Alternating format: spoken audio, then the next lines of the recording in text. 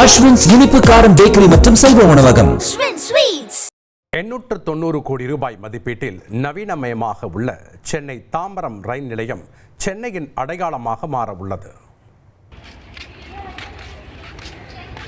தென் தமிழகத்தை சென்னையுடன் இணைக்கும் முக்கிய ரயில் நிலையம் தாம்பரம் ரயில் நிலையம். சென்னை சென்ட்ரல் எழும்பூர் ரயில் நிலையத்தை தொடர்ந்து மூன்றாவது முனையமாக அறியப்பட்ட தாம்பரம் ரயில் நிலையத்தில் விரைவில் உலகத்தரம் வாய்ந்த பயண அனுபவத்தை பயணிகள் பெற உள்ளனர்.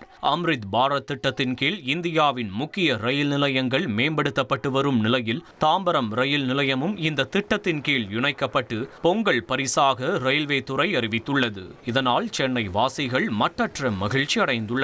தாம்பரம் ரயில் நிலையம் 890 கோடி ரூபாய் மதிப்பீட்டில் மறுசீரமைப்பு செய்யப்படுகிறது. அதன்படி விமான நிலையத்திற்கு இணையாக நவீன பயணிகள் காத்திருப்பு கூடம் அமைக்கப்படும். கிழக்கு மற்றும் மேற்கு பக்கங்களில் புதிய அதிநவீன முனைய கட்டடங்கள் கார் பார்க்கிங் வசதியுடன் கட்டப்படும். தண்டவாளங்களின் எண்ணிக்கை 12 16 உயர்த்தப்படும். 3 புதிய நடைமேடைகள் கூடுதலாக அமைக்கப்படும். லிப்ட் மற்றும் எஸ்கலேட்டர் வசதிகளுடன் அகலமான நடை மேம்பாலம் அமைக்கப்படும்.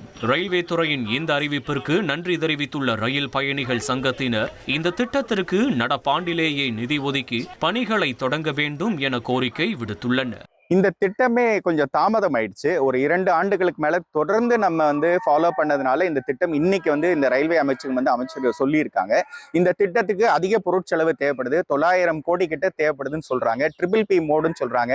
இது எதுவா இருந்தாலும் இது ஆல்ரெடி தாமதம் ஆயிருக்கிற ஒரு திட்டம். இதுக்கு இந்த ரயில்வே அமைச்சகம் இந்த நிதி ஆண்டிலேயே சிறப்பு நிதி ஒதுக்கி இந்த பணிகளை உடனடியாக துவங்கணும். ஏன்னா இது பல ஆண்டுகளா இந்த திட்டம் கிடப்புல இருக்கு. இதை உடனடியாக செயல்படுத்தினா தான் இங்க இருக்கிற ரயில் பயணிகளுக்கு மிகப்பெரிய பயன் தரும், பெரிய வரவேற்பையும் தரும்.